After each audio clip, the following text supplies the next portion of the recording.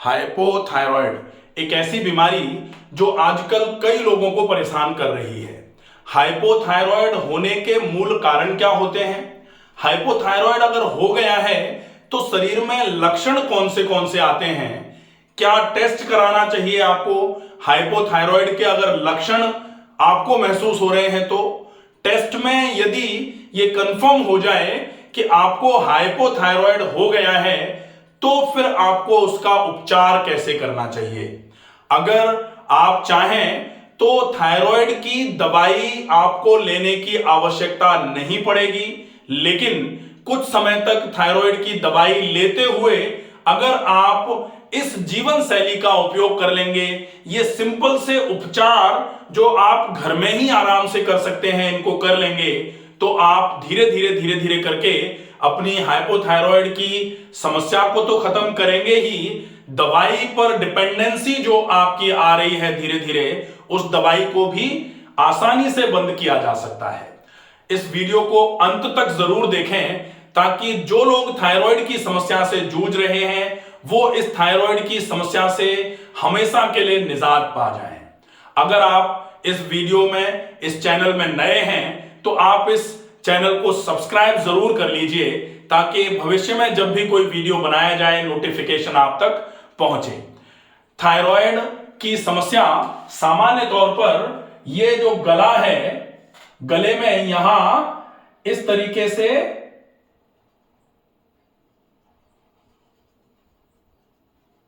ये जो है ये ग्लैंड होती है एक, जो थायराइड ग्लैंड कही जाती है। ये जो थायराइड ग्लैंड है ये तो सबके ही होती है। लोग कहते हैं थायराइड हो गया, तो थायराइड तो सबके ही है, थायराइड ग्लैंड तो सबके ही है, लेकिन जब ये थायराइड ग्लैंड ये क्यों लगाई गई? क्योंकि ये एक एंडोक्राइन ग्लैंड है। एंडोक्राइन ग्लैंड मतलब ऐसी ग्रंथि जो एक सीक्रेशन बनाती है, उस सीक्रेशन का नाम होता है हार्मोन। ये जो हार्मोन बनाती है, इन हार्मोन्स का काम होता है आपके शरीर में बीएमआर, इसको रेगुलेट करना। थायराइड के हार्मोन का, थायराइड के हार्मोन कौन से होते हैं? T3 और T4।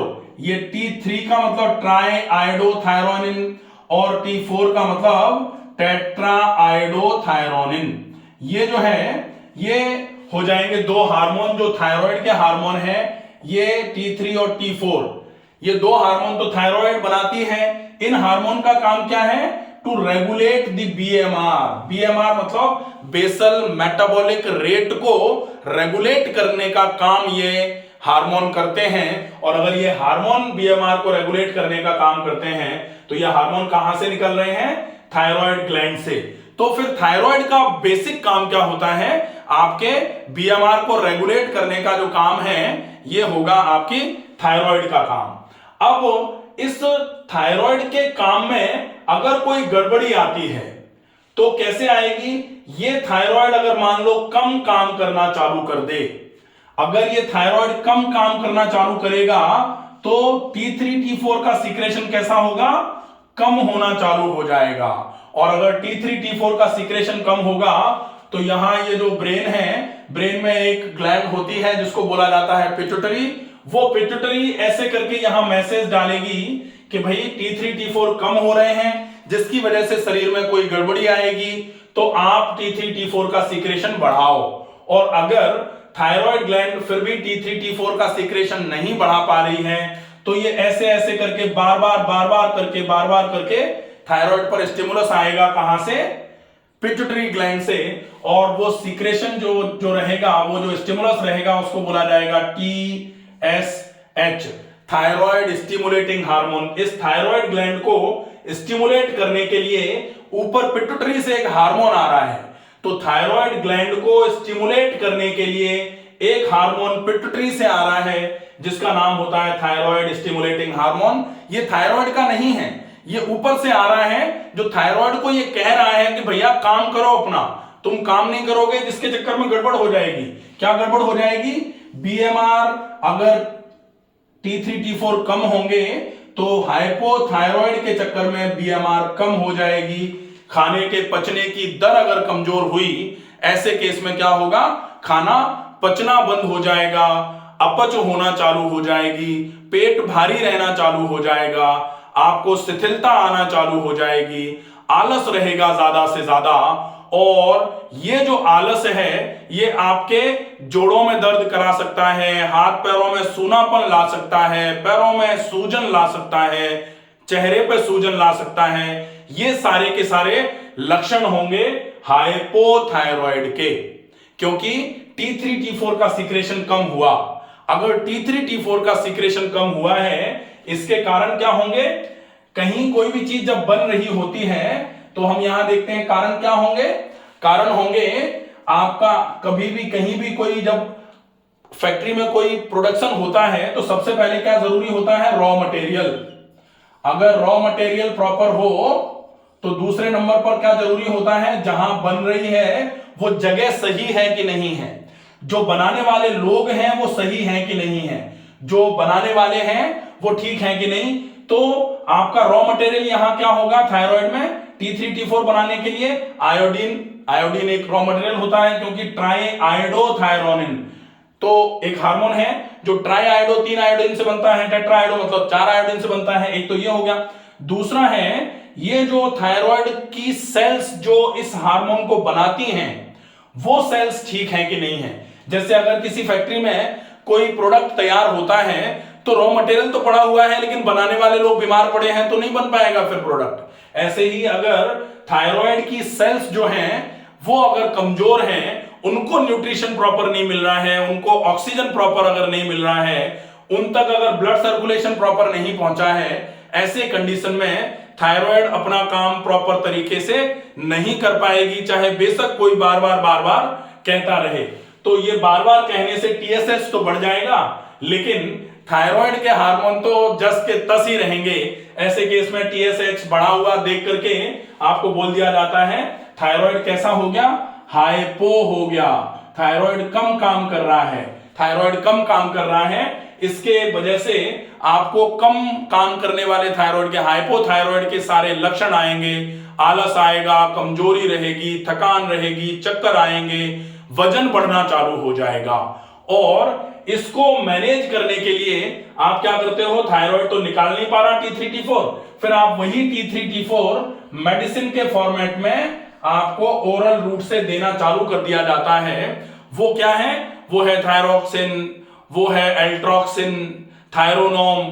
ये जो है आप पहले 12.5 mg लेते हैं, 25 लेते हैं, 37 लेते हैं, 50, फिर 67, फिर 87, फिर 100, फिर 125, 150 मिलीग्राम लेते हुए लोग आते हैं। तो आप ये वाला जो है इस थायराइड की जो समस्या है, इस समस्या के लिए अब आपको करना क्या होगा, आपको थायराइड ग्लैंड पर proper nutrition, proper oxygen, blood circulation पहुंचाने की आवश्यकता है ताकि धीरे धीरे करके थायराइड ग्लैंड अपने पूरे सीक्रेशन सही तरीके से बनाना चालू कर दे। और जैसे ही सीक्रेशंस बनना, T3 T4 बनना चालू हो जाएंगे, यहां से आप 150 माइक्रोग्राम मान लो ले रहे थे, अब यहां से थोड़ा बनना चालू हो गए तो 150 की आप 125 कर लो, फिर और थोड़ा सा फॉलोअप अच्छा किया, 20 दिन 25 दिन महीने भर के बाद आप 100 पे आ जाओगे, फिर 75 पे आ जाओगे, फिर 50 पे आ जाओगे, फिर 25 पे आ जाओगे और धीरे से आप फॉलोअप करते रहो। थायराइड धीरे धीरे एक्टिव होता रहेगा, दवाई धीरे धीरे करके कम होती रहेगी।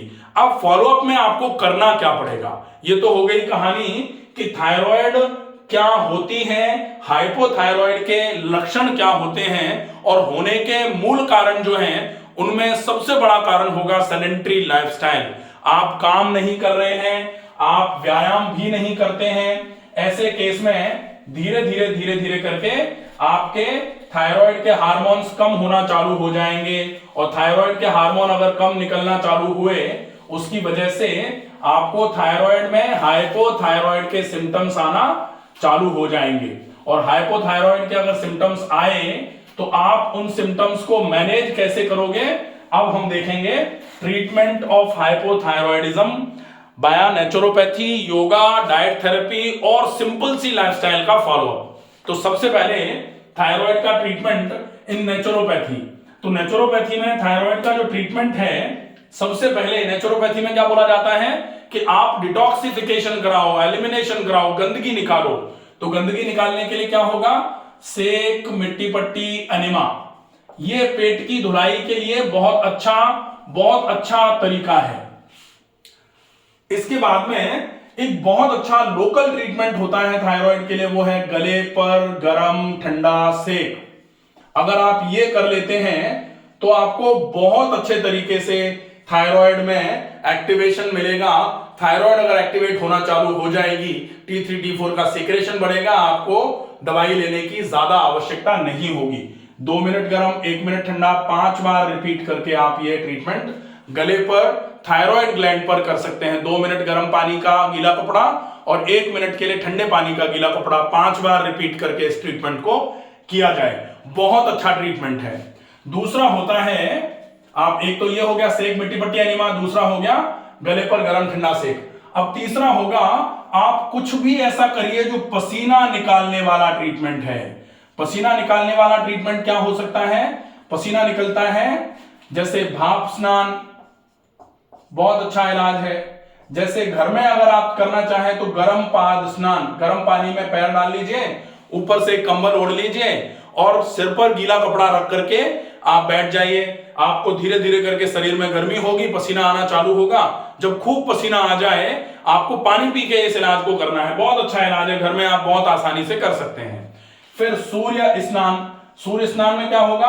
आप एक पॉलीथीन ले लीजिए, उस पॉलीथीन को पूरा पैरों से लेकर के गर्दन तक कवर कर लीजिए, सिर पर गीला कपड़ा रखा, बालों को गीला करके खूब सारा पानी पी करके सूर्य की उपस्थिति में, सूर्य के प्रकाश में आप थोड़ी देर के लिए लेट जाइए या चेयर पर बैठ जाइए। जो सूर्य का प्रकाश है वो पॉलीथीन से होते हुए गर्मी अंदर जाएगी और गर्मी बाहर की तरफ पॉलीथीन को क्रॉस करके नहीं आ पाएगी, जिसकी वजह से शरीर में से खूब सारा पसीना आएगा, आपके घटी हुई बीएमआर को बढ़ाने का काम करेगा। तो ये उपचार भी आपके थायराइड के लिए बहुत उपयोगी माने जाते हैं। तो प्राकृतिक चिकित्सा में इतने उपचार पर्याप्त हैं।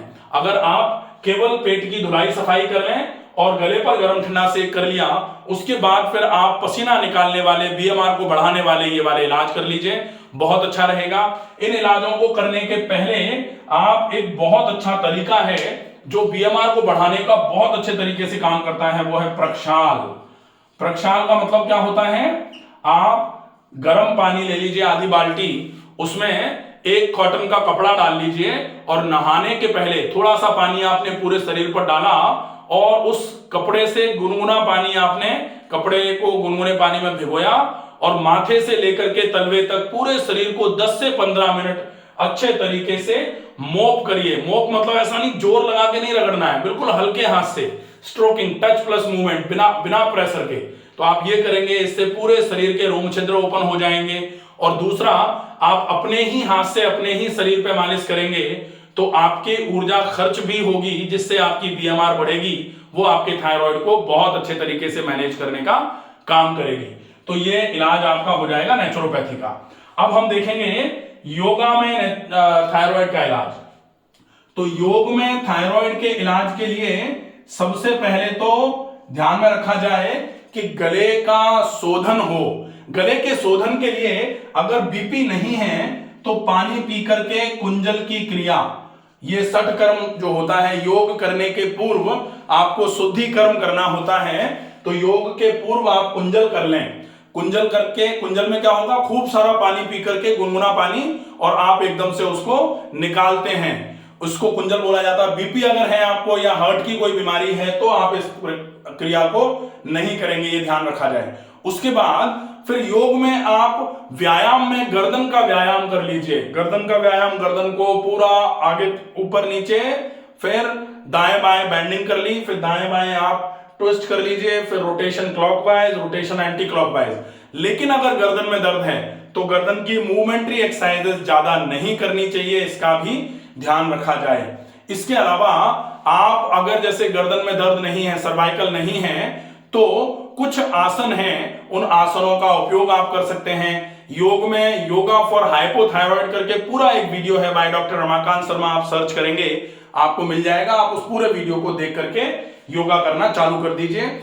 आसन इसके बाद प्राणायाम में उज्जाई प्राणायाम होता है थायराइड के लिए स्पेसिफिकली, तो उज्जाई प्राणायाम बाय डॉक्टर रमाकांत शर्मा, पूरा वीडियो है आप उसको देख लेंगे। बंद एक होता है जालंधर बंद, तो जालंधर बंद बाय डॉक्टर रमाकांत शर्मा, आप देखिए आपको कैसे वो बंद करना है और क्यों थायराइड में काम करेगा, ये आपको उसमें पूरा देखने को मिलेगा, आप उसको देख लीजिए। ये हो जाएगा पूरा का पूरा आपका योग चिकित्सा फॉर हाइपोथायरॉयडिज्म। अब हम देखेंगे आहार चिकित्सा। आहार चिकित्सा में मूल चिकित्सा क्या है थायराइड की, हाइपोथायरॉइड की, इसमें आपको कैलोरी कम लेनी है।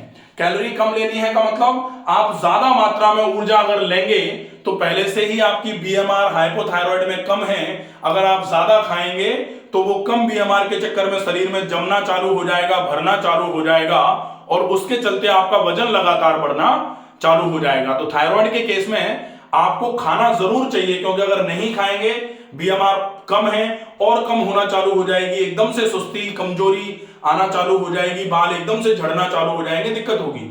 तो आप खाइए लेकिन कम खाइए और ऐसा खाइए जो आपके पेट को भरने का काम करे, जो लेस कैलोरिफिक हो लेकिन बल्कि हो नेचर में। जैसे ज्यादा सलाद खाइए, ज्यादा मात्रा में सब्जियां खाइए, कोशिश करिए प्रोटीन का इंटेक आप अच्छे तरीके से कर लें। और प्रोटीन का इंटेक अगर आप अच्छे तरीके से करते हैं तो प्रोटीन को पचाने के लिए पानी ज्यादा और खूब सारे व्यायाम अगर करेंगे तो आपके थायराइड की वजह से जो शरीर फूल रहा था वो धीरे धीरे करके इंच भी कम होना चालू हो जाएंगे और स्फूर्ति भी आना चालू हो जाएगी। विशेष रूप से इस हाइपोथायरॉइड में आहार चिकित्सा में ज्यादा से ज्यादा मात्रा में पानी का उपयोग हो, खूब सारा पानी पीते हुए आप ज्यादा मात्रा में ऐसी चीजों का उपयोग करिए जो जल्दी पच जाती हैं। प्लस आप आहार चिकित्सा में साथ में आप 1 चम्मच त्रिफला का पाउडर उपयोग में ले लीजिए। 1 गिलास गर्म पानी लिया, कांच का गिलास लिया, उसमें गर्म पानी भरा या चीनी मिट्टी के किसी बर्तन में बिल्कुल उबलता हुआ पानी डाला, उसमें आप 1 चम्मच त्रिफला डाल दीजिए। त्रिफला डाल के आप उसको ढक के रख दीजिए, 15 मिनट के आसपास रखा रहे। उसके बाद ऊपर से या पानी को छान करके आप पी लीजिए, जब गुनगुना रह जाए तब। उसमें चाहें तो आप थोड़ा सा नींबू डाल सकते हैं आधा पीने के पहले।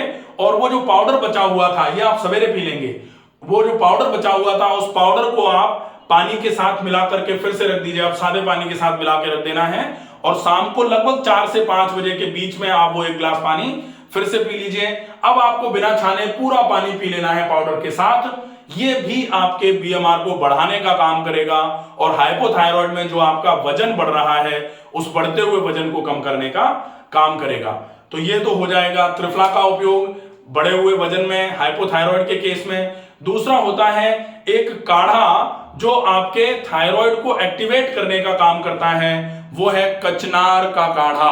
कचनार का पेड़ होता है, उसके पत्ते या फिर उसका पत्तों का पाउडर या टहनियों का पाउडर आप उपयोग में ले सकते हैं।